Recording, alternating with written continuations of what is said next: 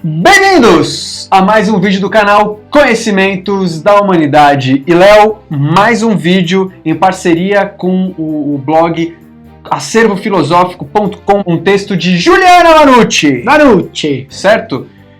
Entrem lá para aprofundar a filosofia, lá tem muita coisa legal. A gente começou a parceria com eles falando de Atlântida de Platão, exatamente. E agora vamos falar sobre ele. Ele que voltou, reencarnou e jogou no Corinthians, jogou na seleção brasileira, Sócrates.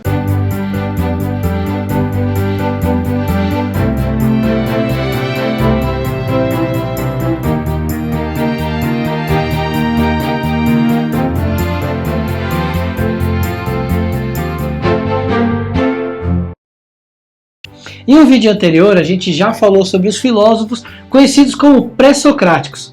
E agora, portanto, chegou a hora, da gente, pegando a ordem cronológica do estudo da filosofia ocidental, a gente falar dele, falar do grande filósofo Sócrates. Como a gente já disse, esse filósofo, ele acaba se tornando um marco, para definir quem são os pré-socráticos e quem são os filósofos que vão vir depois. A gente já explicou nesse vídeo que quem era pré-socrático tinha uma preocupação em tentar explicar como é que a natureza funcionava. Eles tentavam compreender a coisa através do racionalismo, do racional, do que pelas perspectivas mitológicas. Contudo, ele deslocou o foco dessa filosofia, mais voltada para a natureza, e voltou essa filosofia mais para o homem. Com esse fato, ele praticamente deu origem ao que a gente vai chamar da tradição moral no Ocidente. Ele ainda foi uma figura interessante cujo comportamento era bastante peculiar. Desde menino, por exemplo, afirmava escutar vozes. Além disso, conta-se que no inverno costumava caminhar descalço pela neve, tal como conta-se que no verão passava horas debaixo do calor intenso do Mediterrâneo. Algumas fontes, como o Banquete de Platão, narram episódios em que Sócrates passava horas e horas imóvel, com um olhar fixo em um ponto no horizonte, fazendo reflexões. Ele teria passado 24 horas paralisado. Para a gente falar um pouco dele, ele teria nascido no subúrbio de Alopec, que é um lugar lá dentro de Atenas, por volta de 470 a.C. E ele se tornou um dos principais pensadores da história da filosofia ocidental. Sua mãe era uma notável e conhecida parteira e seu pai era um escultor. Aos 70 anos ele foi acusado de corromper a juventude ateniense e desrespeitar os deuses. Ele foi processado, foi julgado e condenado à morte.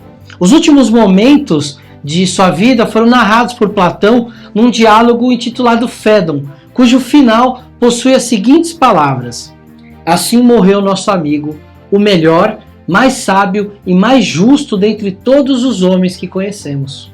Que eles me conheciam. Um dos principais aspectos mencionados quando se fala em Sócrates é o fato de que o pensador não deixou nenhum registro escrito. Assim sendo, o que hoje sabemos a seu respeito é o que foi transmitido por alguns testemunhos de sua época, e também, é claro, dos períodos posteriores. Diferente do que muitas pessoas pensam, Platão não foi o único que escreveu sobre Sócrates, e há vários outros autores que reproduziram material ou mencionaram a seu respeito, como Aristóteles, Diógenes Laércio, Aulotipo e Cícero. Mas geralmente considera-se que as três principais fontes sobre ele são Aristófanes, Xenofonte e o próprio Platão. É importante mencionar que a abordagem por eles, feita a respeito de Sócrates, diverge em alguns pontos, e para demonstrar esse fato, iremos explorar um pouco as variadas imagens sobre Sócrates, provindas dessas três últimas fontes que citamos. Comecemos com Aristófanes, que representa Sócrates em As Nuvens, comédia datada de 423 a.C. Nessa obra, o filósofo grego é ridicularizado e tratado como um falso sábio, como um corruptor da juventude e como um destruidor dos valores tradicionais. Além disso, é acusado de desrespeitar os deuses através de suas ações reflexivas. Sócrates é tratado praticamente como um sofista, pois, de acordo com estes registros, o pensador grego vendia seu pseudo-conhecimento. Porém, apesar dessa abordagem negativa, é curioso notarmos que Aristófanes apresenta alguns traços de Sócrates que se assemelham às imagens retratadas por Platão e Xenofonte. Como, por exemplo, o fato de que o filósofo se comunica através da dialética e empregava seu método socrático, sempre interrogando seus interlocutores, causando-lhes dúvidas e instigando-os a desconstruções de suas certezas para buscas de novas verdades. Além disso, em As Nuvens, algumas características biográficas também se repetem com outros retratos feitos sobre Sócrates. Ele aparece como um homem pobre, que caminha descalço e que reside num lar humilde. Xenofonte, por exemplo, citou Sócrates em várias obras, como Simpósio, Econômicas e Ditos e Feitos Memoráveis de Sócrates. E nessa última, assim como Aristófanes fez, ressalta a humildade do pensador grego e o apresenta como sendo um homem notavelmente sábio e que está sempre levantando perguntas aos interlocutores.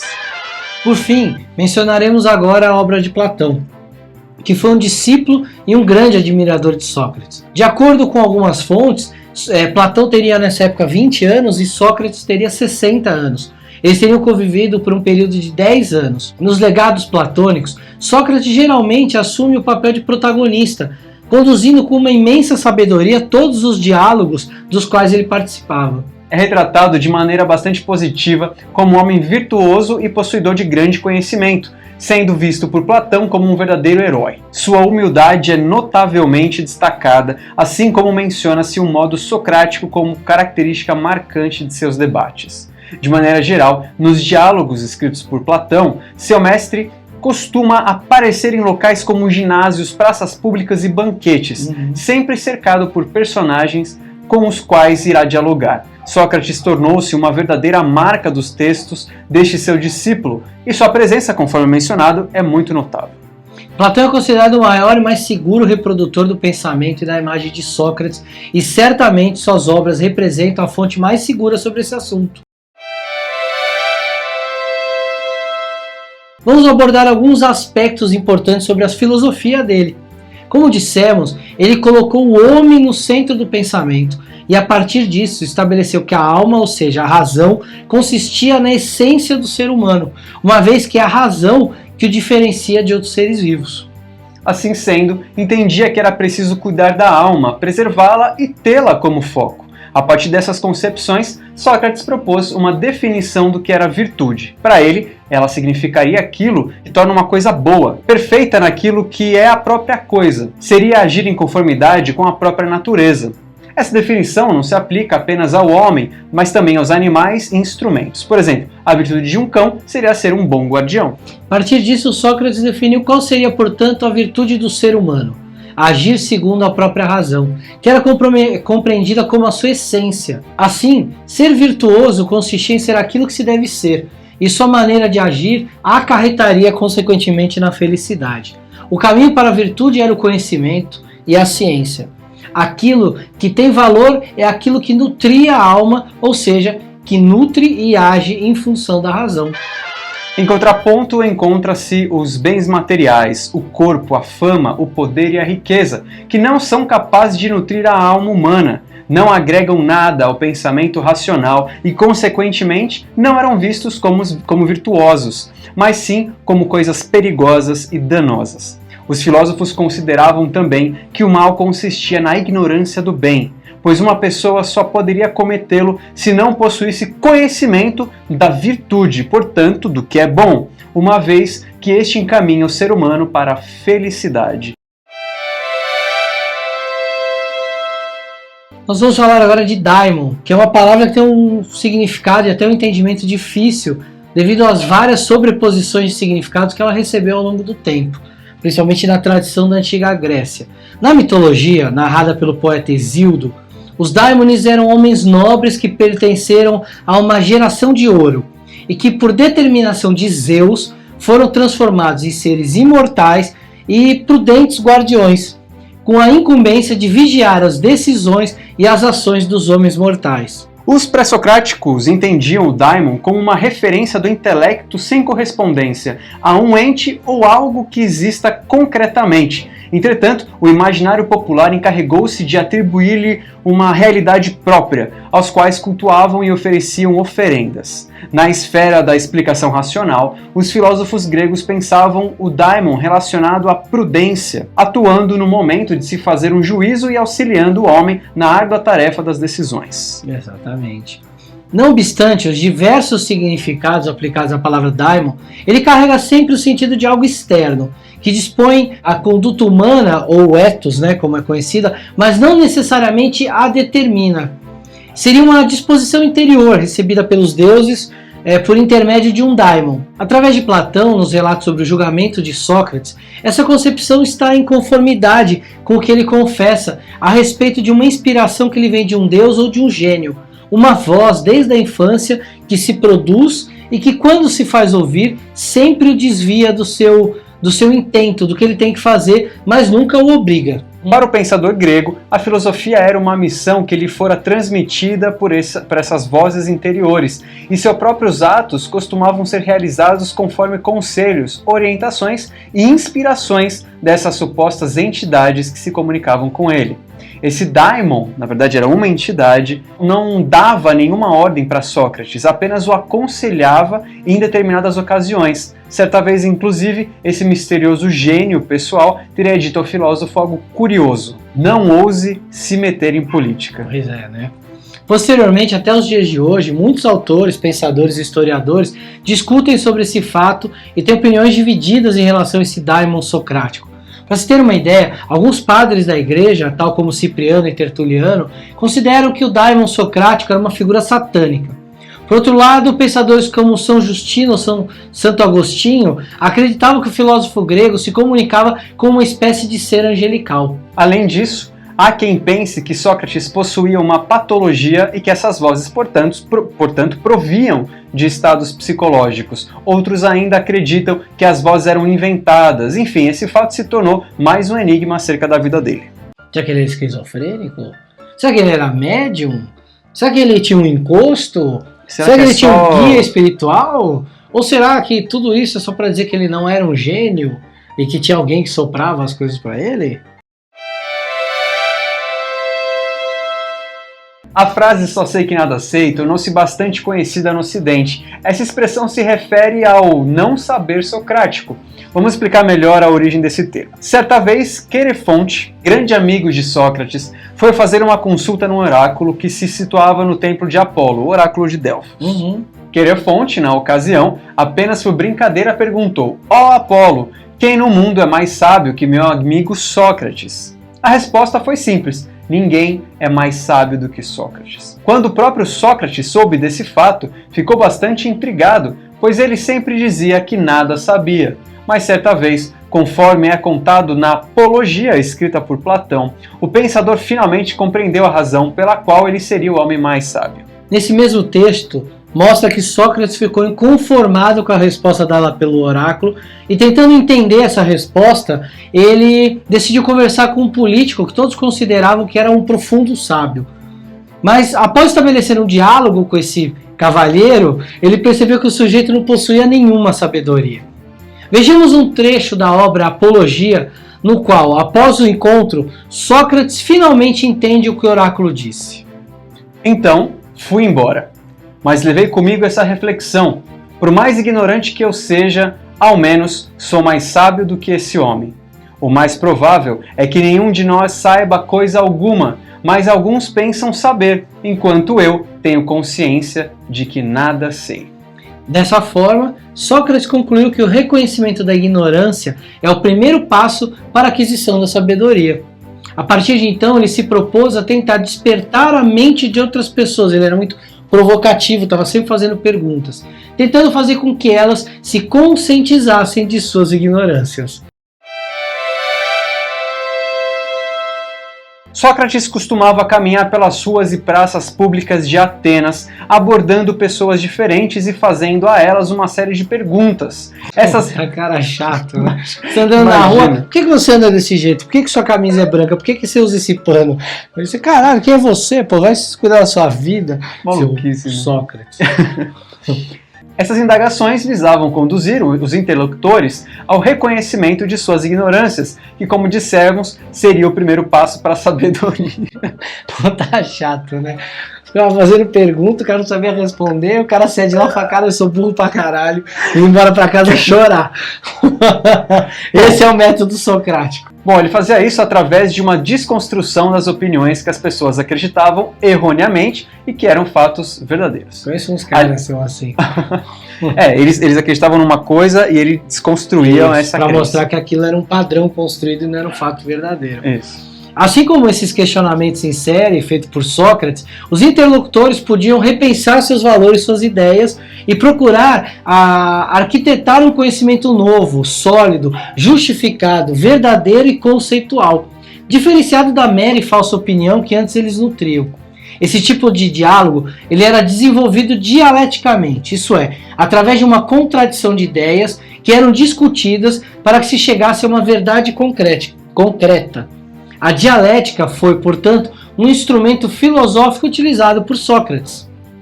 Geralmente, Sócrates iniciava esses diálogos fazendo perguntas simples em torno de temas comuns, como, por exemplo, o que é o amor, o que é o medo, educação e assim por diante. Então, analisava detalhadamente cada resposta que recebia para, em seguida, esmiuçá-la, formulando novas refutações em cima dos conceitos e palavras que os interlocutores empregavam em suas respostas. Esse procedimento mostrava, e certamente ainda é capaz de mostrar, que muitas vezes as pessoas não sabem ao certo sobre o que ou o que estão falando. Por isso, habitualmente, os nossos pensamentos, posicionamentos, ideias, certezas devem ser analisados, repensados e colocados em dúvida.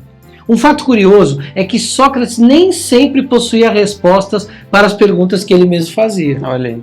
A maiêutica consiste em um parto de ideias, ou seja, depois que o interlocutor passava pelo processo de demolição daquilo que antes considerava uma certeza, ele poderia, através da reflexão, conhecer e edificar novos pensamentos, novas perspectivas e novas compreensões. Essa técnica socrática foi inspirada na profissão da mãe do filósofo, que era parteira, exatamente. O filósofo acreditava que possuía o papel de auxiliar o indivíduo a gerar a luz das verdades que já se encontravam na alma, razão das pessoas. Mas seria através do método socrático que elas poderiam nascer, como a mãe dele, que era uma parteira, ele fazia esse parto.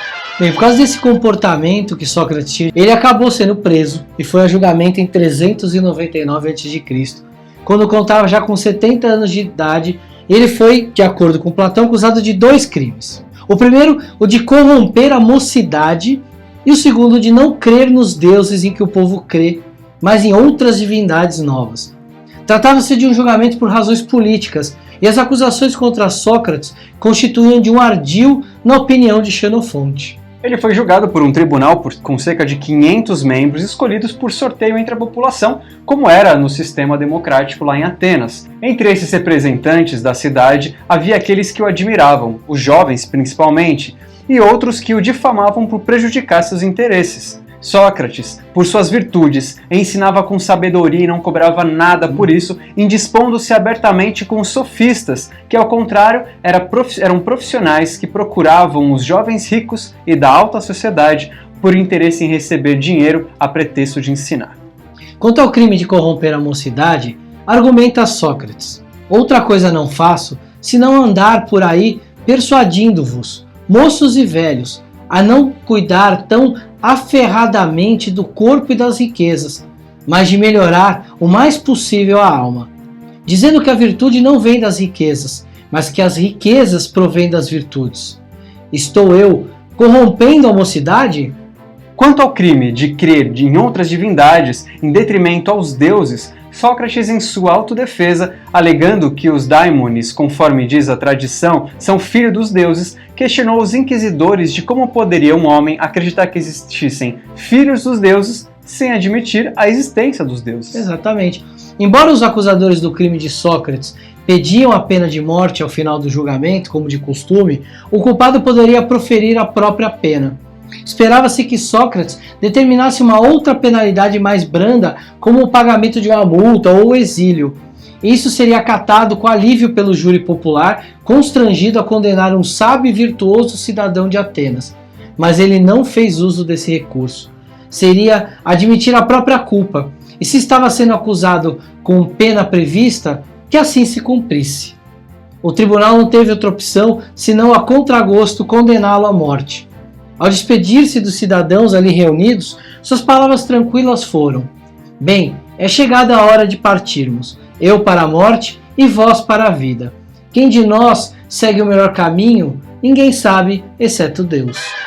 E assim, terminamos mais um vídeo do canal Conhecimento da Humanidade sobre Sócrates. Se você gosta de Sócrates, se você gosta dessa dialética, dessa provocação filosófica de Sócrates, leia. É a base do coaching moderno, né? Olha só, hein? Base do coaching moderno.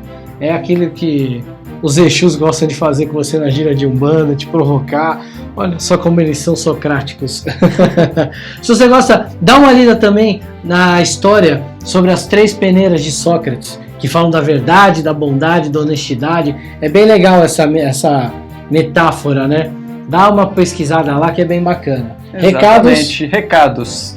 Agora nós temos um projeto no Padrim, padrim.com.br/Conhecimentos da Humanidade. É basicamente um site que ajuda projetos a crescerem com módicas quantias. Isso. Que podem ir de R$1 a 200 bilhões de reais. E nós estamos lá com o nosso projeto do Conhecimentos da Humanidade. Exatamente. Temos recompensas para dar para quem puder e quiser ajudar. Temos algumas metas do canal. Você pode começar ajudando com R$1 se você puder.